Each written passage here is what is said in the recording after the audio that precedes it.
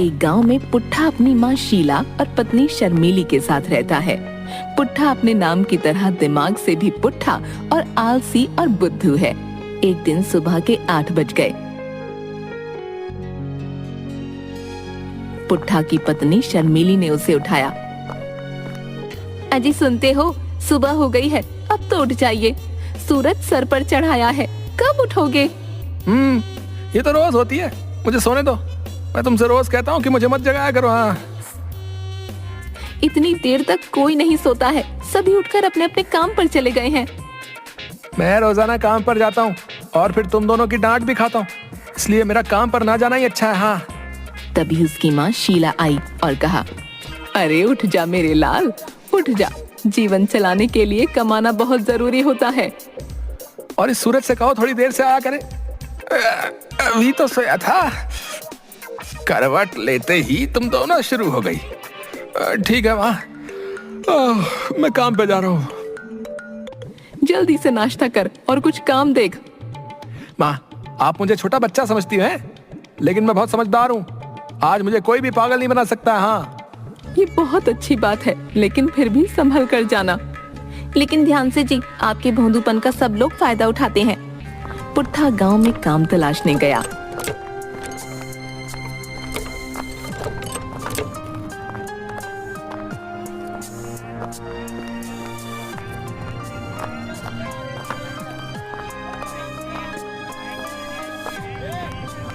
अरे आओ पुट्ठा, कहो क्या हाल है?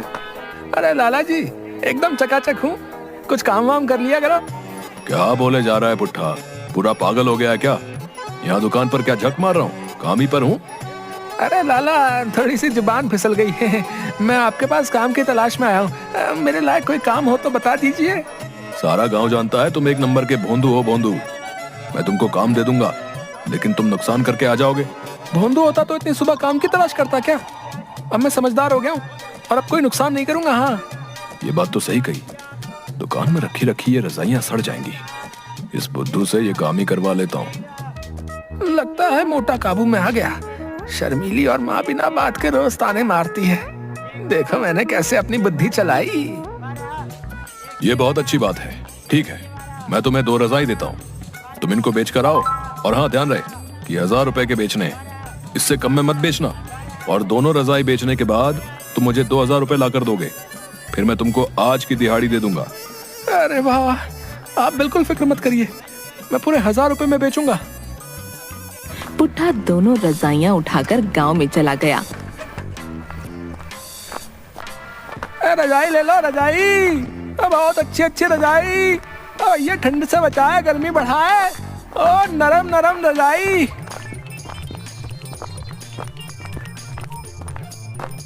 रजाई वाले, ए भैया रुको तो जरा। एक रजाई कितने की है भैया?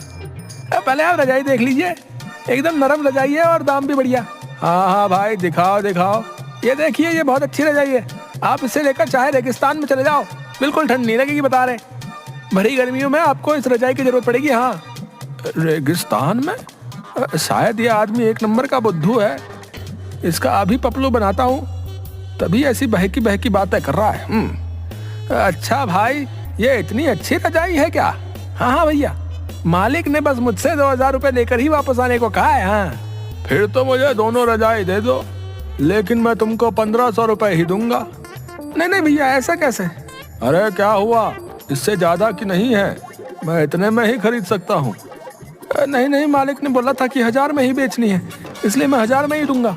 क्या? लगता है बात बन गई। तुम मुझे दोनों रजाई 1000 रुपए में दोगे? हाँ भैया, इससे कम में नहीं दूंगा। ठीक है, ये 1000 रुपए लो और मुझे दोनों रजाई दे दो। आदमी रजाई खरीद कर चला गया। अब मजा आ गया है। पहला ग्राहक मिला और पहले को ही मैंने मुनाफे में रजाई बेच दी। मालिक ने बोला था कि 1000 रुपए में रजाई बेचनी है और 2000 रुपए लेकर आने हैं, लेकिन ये क्या, मेरे पास सिर्फ 1000 रुपए बचे हैं। मैं अब मालिक को 2000 रुपए कहाँ से ला कर दूंगा? मेरा फिर से बुद्धू बना दिया। नहीं नहीं, शायद मालिक मेरा दिमाग देखना चाहते हैं, इसलिए ऐसा कहा होगा। अब मैं 1000 रुपए के 2000 रुपए बनाकर लेकर जाऊंगा।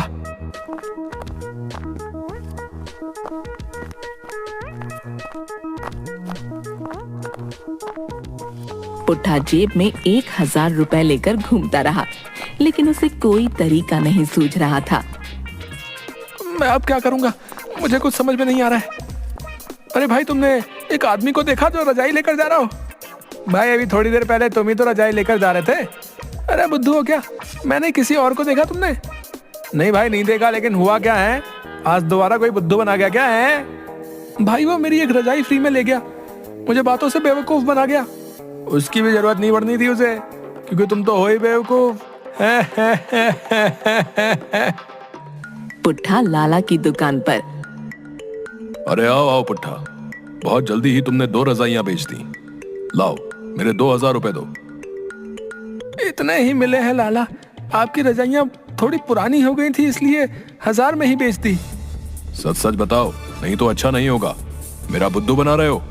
रुको तुम, राका, जरा इस बुद्धू से सच उगलवाना। अभी लो लाला जी, इसकी अच्छे से खातिरदारी कर देता हूँ। अरे क्या कर रहे हो, छोड़ो मुझे। बेचारे पुट्ठे की अच्छे से धुलाई कर दी और पीटने के बाद पुट्ठा। लाला, इतनी खातिरदारी की क्या जरूरत थी? उई। पुट्ठा के घर पर शर्मीली उसकी सिकाई करते हुए, कहा था ना समझदारी से काम करना, आ गए ना पिटकर। समझदारी तो बन रहा था शर्मीली, लेकिन कम वक्त चाहते ही नहीं कि मैं समझदार बनूं। हाय हाय, बहुत दर्द है। उई। अगले दिन सुबह। अरे मेरे लिए पानी लेकर आओ। लाती हूँ, वैसे कल रात की धुनाई के बाद प्यास तो लगेगी ही।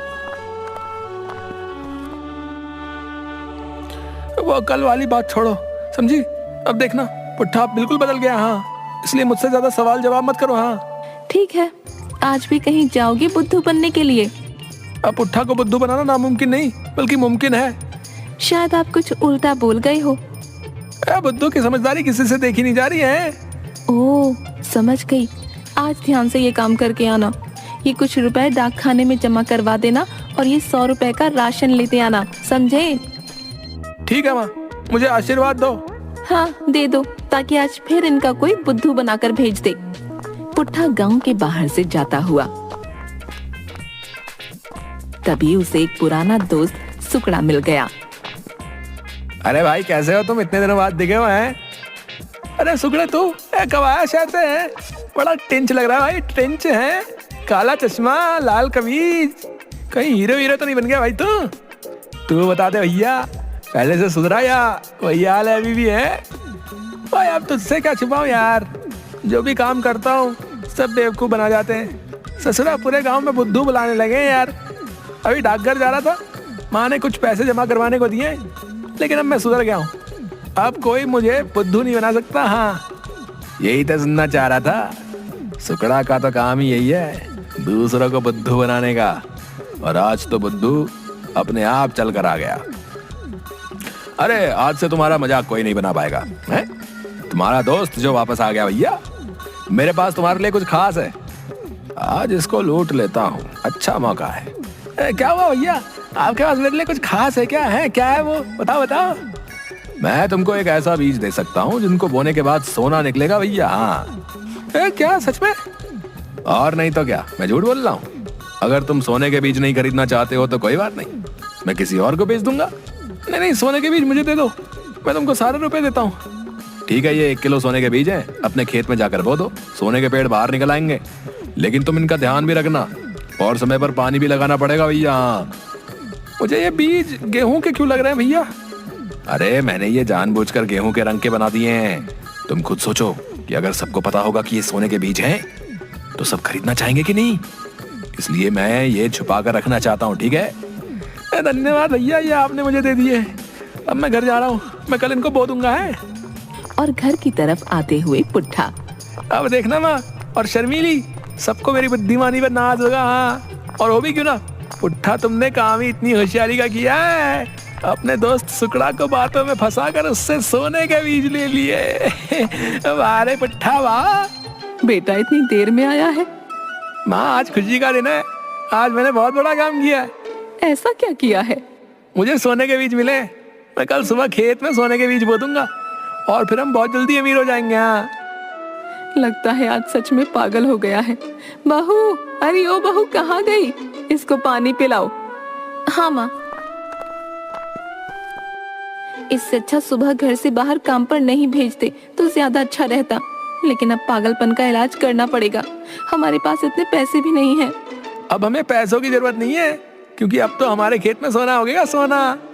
तुम सब मुझे बुद्धू समझते थे ना, देखा मैंने अपनी अकल लगाकर कैसे सोने के बीज हासिल कर लिए हैं। पुट्ठा ने आज दिन भर की सारी बात अपनी माँ और पत्नी को बताई। अच्छा, मुझे अब समझ आया। रुकिए माँ जी, हम भी इसमें कुछ कर सकते हैं। क्या? शर्मीली ने अपनी सास शीला के कान में कुछ कहा। तुम दोनों क्या खुसर पुसर कर रही हो बे? कुछ नहीं बेटा, मैं कह रही थी मेरे पास और भी सोने के बीज हैं। क्या माँ, सच में? हाँ, मैंने छुपा कर रखे थे। अब कल मिलकर सोने के बीज खेतों में बो देंगे और जिसके बाद हमारी धरती भी सोना उगलेगी। माँ, मैं बहुत खुश हूँ, अब जल्दी से सुबह हो जाए बस। अगले दिन सभी खेत पर पहुंच गए।